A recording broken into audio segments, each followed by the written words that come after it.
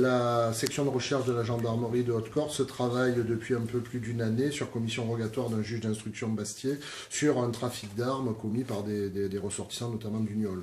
Dans le cadre de cette enquête, très rapidement, on s'est rendu compte qu'il y avait également une négoce et une tentative de revente carrément en Asie et en Extrême-Orient, à Hong Kong, de pièces d'or romaines provenant du trésor de Lave. Et effectivement, sur l'action des militaires de la gendarmerie, dimanche matin sur le port de Bastia, monsieur Pierre-François Sabiani et Simone Giuntini ont été interpellés en possession de 16 pièces d'or provenant très vraisemblablement de ce trésor et datées de l'époque de l'Empire romain, qui valent une fortune et qu'ils s'apprêtaient, après se rendre en Italie et prendre un avion pour Hong Kong, à négocier sur le marché asiatique, puisque vous savez qu'avec les offices des biens culturels, c'était pratiquement impossible de les négocier en Europe. Donc moi, je tenais à féliciter le travail remarquable de la gendarmerie, mais qui a permis de laisser sur le territoire national ce patrimoine qui appartient à la Corse. Ce qui va être très intéressant dans le cadre de l'instruction, c'est de les faire expertiser, puisque nous savons que ces pièces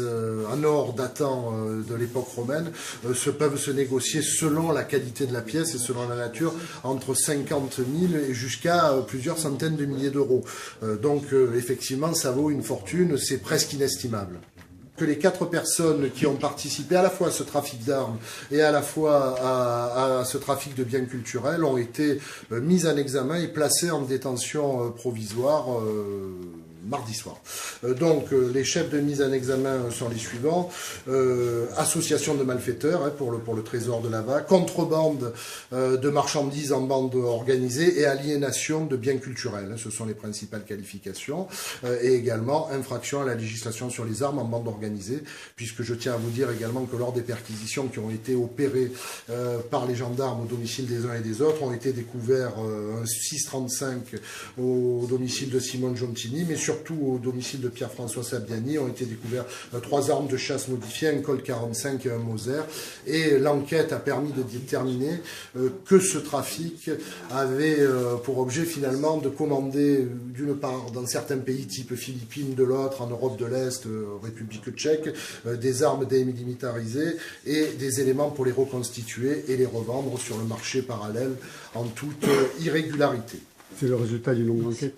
C'est le résultat d'une très longue enquête, d'abord qui a commencé de manière préliminaire sous le contrôle du parquet de Bastia, et puis après, devant l'ampleur, ouverture d'informations et la section de recherche à la manette pendant plus d'une année, avec tout le panel des techniques spéciales d'enquête maintenant données dans le cadre législatif pour la lutte contre la criminalité organisée, mise en œuvre par les gendarmes. Et je tenais à dire que c'est une affaire vraiment exemplaire de comment il faut travailler pour arriver à de tels résultats. Je tenais également à signaler, puisque nous en sommes au stade de l'instruction préparatoire, que les personnes mises en examen sont présumées innocentes. Bien évidemment, les personnes, à savoir qui ont trempé dans l'histoire des pièces, M. Sabiani, M. Giuntini et M. Birgi, ne reconnaissent cette participation en matière de biens culturels. En revanche, ils nient le trafic d'armes et l'instruction devra déterminer la responsabilité des uns et des autres, sachant que la 4e personne mise en examen, Madame Rossi, qui est la compagne de Monsieur Sabiani, nie, elle, l'intégralité des faits qui lui ont été reprochés.